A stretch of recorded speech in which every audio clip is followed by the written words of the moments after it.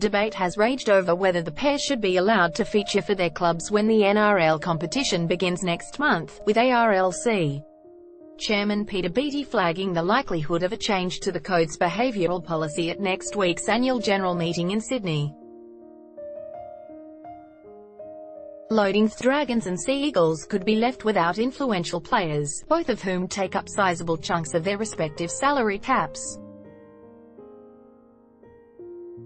However, the ARLC has already weighed up the ramifications on a club's roster and total payment pool if they give the nod to the stand-down edict. De Belin's case, in particular, could be clogged up in the legal system for more than a year,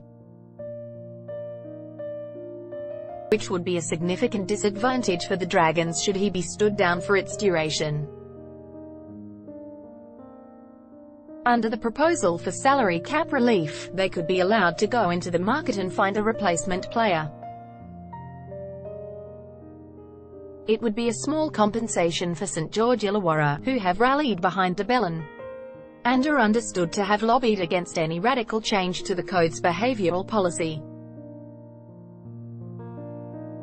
It's unclear how much of a stood-down player's salary would be available for a replacement under the cap relief scheme. The ARLC would likely ensure any player stood down still receives full pay and has welfare provisions put in place while they're away from the field.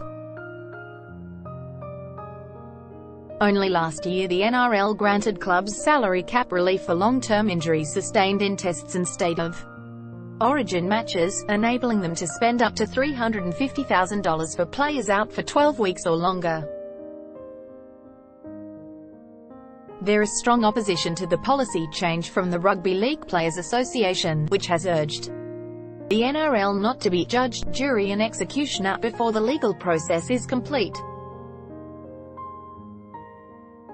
The NRL's behaviour policy will be among a range of integrity issues on the agenda at one of the most important meetings in the game's recent history, with decisions expected on salary cap, probes into Cronulla and West's Tigers, and an investigation into the Dylan Napa sex tapes.